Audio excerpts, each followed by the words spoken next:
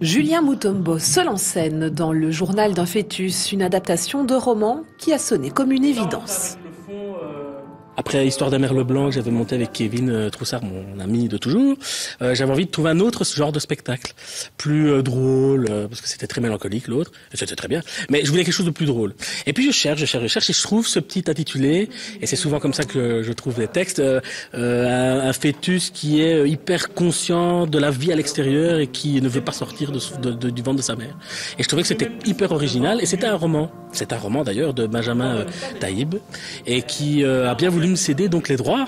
Et donc c'est la toute première fois qu'on va monter le spectacle, enfin ce roman en spectacle. Oh, j'en peux plus là, cette girafe, je peux plus voir. Avant je m'en foutais. Je te jure, je m'en foutais. J'avais pas de regard, pas de paupières. Maintenant c'est différent, quoi. J'ai des yeux pour voir. Et j'arrête pas de cligner des yeux pendant que tu prépares les rideaux de ma chambre.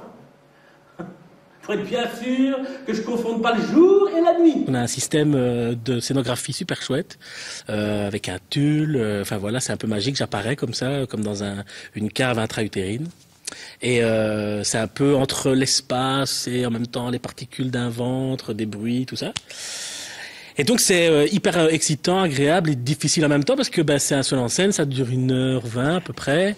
C'est exigeant parce que il faut donner beaucoup de couleurs et il faut être dedans, il faut pas être fatigué. Et donc c'est un sacré travail, mais franchement, je pense et j'espère, on fait tout pour de toute manière pour que ce soit une chouette réussite. C'est que ce spectacle est amené à tourner après les 2 représentations prévues ces jeudi et vendredi au théâtre Le Poche à Charleroi. Il passera par Bruxelles et reviendra probablement chez nous. En attendant, il reste de la place, alors profitez-en. Avec des textes de Derrida.